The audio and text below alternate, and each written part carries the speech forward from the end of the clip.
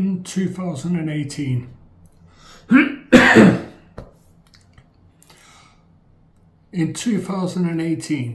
I was working in a mental health care home. So we were caring for residents who had some type of mental trauma or mental injury, mental illness. And my particular care home was split into 4 units. So unit 1, which is the one that I was on, were the people who were suffering with the most severe levels of mental illness, mental trauma, people who could not speak, people who could not move, people who needed help with washing, bathing, dressing, eating, drinking, all those types of things. And on the other end, unit 4 were the people who were not as severely impacted. So these people could talk, they could have conversations, they could eat and drink, but they needed care, almost like assisted living type of care, just to make sure that they, were not hurting, didn't hurt themselves accidentally. And within my care home, if you was on unit 1, if you was a member of staff on unit 1, you stayed on unit 1. If you was on unit 2, you stayed on unit 2, and so forth. This was because it gives you the chance to build a rapport with the residents. You learn the residents' routine, you learn what they like, what they don't like. You know how they need to have their food. Like some residents were able to have their food just cut up for them, and then we would just feed them like that. Some residents needed to have their food blended because they were at risk of chokes. And some of them liked to stay in their bedrooms or in their rooms watching TV on their own. They were quite comfortable like that. Some of them liked to be in the main TV area for my unit. So the reason I'm explaining this is because it's important that members of staff stick to the unit that they are assigned, because the residents get to know you, they get to trust you, you get to know the residents, you get to know the residents' families. And this is where my story took a bit of a dark turn. You see, within the care home, across all 4 units, there were members of staff of different ages, all ages, and it seemed to be that the younger staff were mainly working on unit 4, and on my unit were more of the older members of staff, or the more experienced members of staff.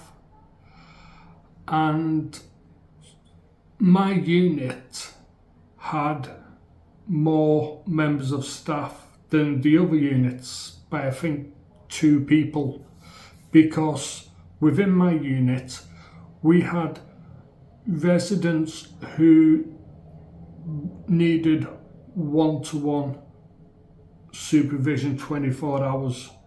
So they needed to have a member of staff with them 24 hours a day. So if we had, say, 3 or 4 residents who needed one-to-one care, that left 2 members of staff to go around and take care of the other residents, and 1 member of staff to go around and fill out all the paperwork. You had to do, like, every 15 minutes, you had to just walk around and write observations, what the residents were doing, how they are, is there anything not quite right. And as with that format, we were like non-stop. It was, you'd arrive in the morning, you'd get maybe a 20-30 minute briefing from the night staff, you'd work for 12 hours, and then you'd give a 20-30 minute briefing to the night staff who were coming back. Now, the care home had a problem. With Unit 4, they had members of staff who would go out on a weekend, get drunk, and then they would phone in sick on the Monday. Now, what the management should have done was see who on Unit 4 is on a day off and ring them and say, would you like to come in and do a shift, and we'll get some overtime. They did not do that. They decided that because Unit 1 had more staff, they would take a member of staff from Unit 1 and put them on Unit 4. So then you've got a member of staff who's not familiar with the residents who are not familiar with that member of staff, a member of staff who's not all that familiar with the other members of staff within that unit. And it was very stressful. And for the job itself, working in mental health care homes, I absolutely loved it. It was rewarding, it was fulfilling, but it was also very humbling to see things that we take for granted, people who cannot do those things, people who cannot bathe themselves, people who cannot feed themselves. So that was very humbling, but it was also very rewarding. And this happened where it was almost every weekend. Somebody from Unit 4 would phone in sick, so they'd pull somebody from Unit 1 to go on to Unit 4, which would leave Unit 1 short-staffed. And I couldn't understand why you would want to leave the unit that needs the most staff, because of the level of residents that we had, why you would want to leave them short-staffed rather than the unit that somebody's phoned in sick. So this went on for 2 months, maybe 3 months. And I remember there was a few times, like, I'd go into work on a Monday, go up to my unit, and they'd be like, oh, Peter, you're going on to Unit 4, somebody's phoned in sick. And that was very stressful. I was nervous because I wasn't familiar with the staff on that unit. I wasn't familiar with the residents on that unit. I wasn't familiar with their routines, their medications. And one Monday, it got so bad that one Monday I woke up, got dressed, ready to go to work, and I just sat down. And a voice in my head said, I would rather die than go back to that place. So I rung the place where I worked, spoke to a manager, and basically said, I quit. They asked why I was quitting, and I basically told them that the inmates were running the asylum and it was just the management had no idea how to run a care home, and it was affecting me mentally to the point where I was having thoughts that I didn't want to be having. So I quit. I called my doctor, explained everything to him. He gave me a sick note for a month. He prescribed me with antidepressants, which I am still on to this day. And that was me done working for that company. A month later, once my sick note had run out, I found a job in another care home, which was a little bit closer to where I live. And I really loved working there. I got on well with all the staff, all the residents. And one day I was helping assist a resident with getting dressed in the morning. There was me and another member of staff, and I moved, and I don't know what I did, but I just felt this intense searing pain in my back. So I fought through it for the rest of the day in pain. Went to see my GP the next day. He referred me for some x-rays and some MRI scans, and it came back that I had multi-level degenerative disc disease. So in your spine you have like vertebrae, and then in between each vertebrae you have discs, which are like shock absorbers, and on 3 of my discs there was signs of the discs deteriorating, and that was the pain that I had felt. So I had some more tests done to see what could be done about it. Could it be fixed? And I was told, no, it can't be fixed. It's just something that I have to live with. I was like, okay. Then I woke up one morning, had a bit of a scratch around, and felt a lump. It wasn't really a lump, it was like one of my testicles felt like the size of an egg. So I rang the doctors and they rushed me through for an ultrasound, and the ultrasound came back that I had testicular cancer and I would have to have one of my testicles removed.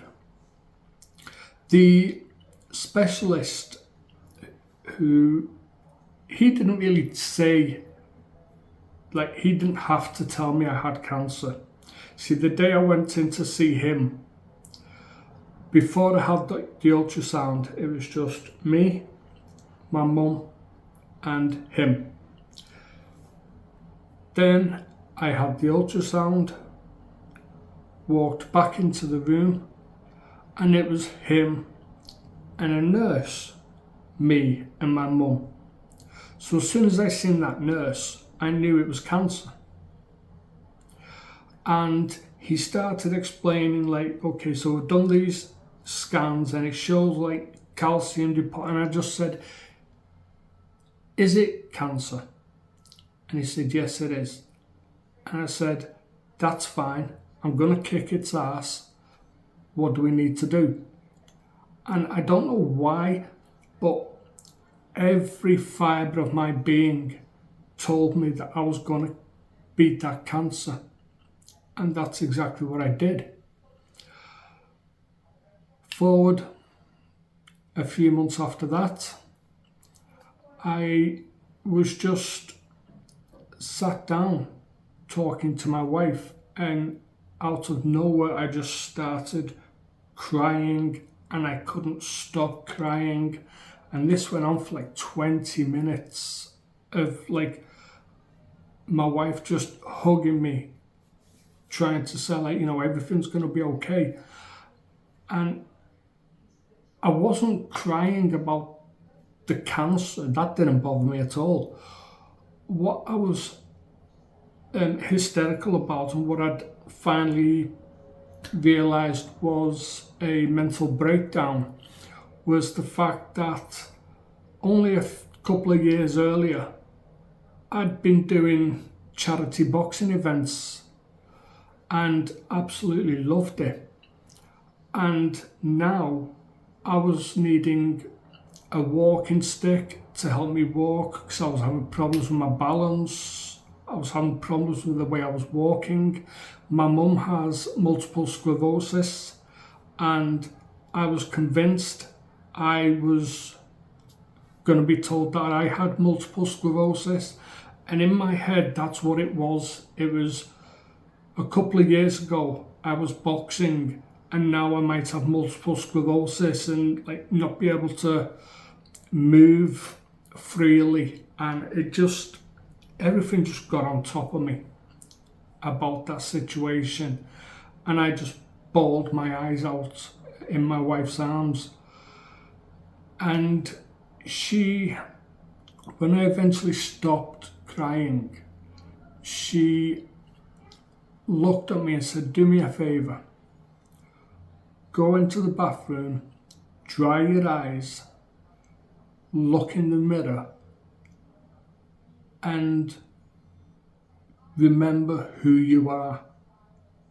And I was like, I wasn't sure what she was trying to do, but I went and dried my eyes and I looked in the mirror, and I realised that the person looking back at me was the person who, if anything bad happens in the family, my family don't call the police, they call me.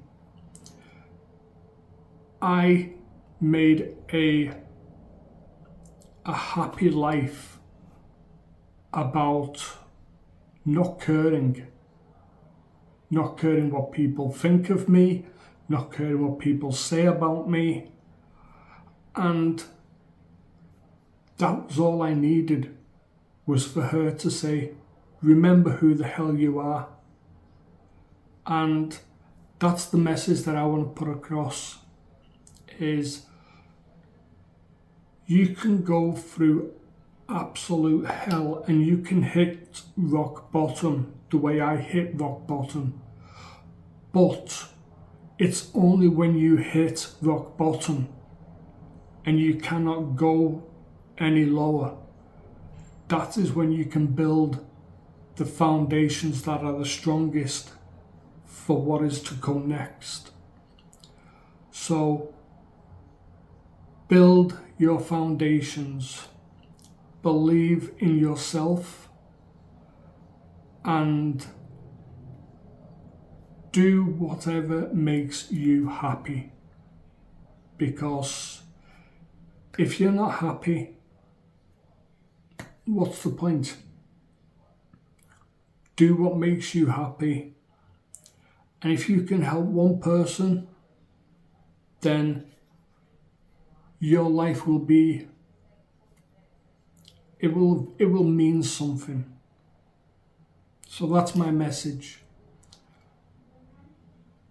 You might hit rock bottom, but it's only when you're at the bottom that you can build the strongest foundations to rise back up. and become unbreakable. That's how I became unbreakable. I was broken under a weight of so much shit. I had a mental breakdown, and then I looked in the mirror and said, enough. And since that day, I have been unbreakable. I hope this video helps.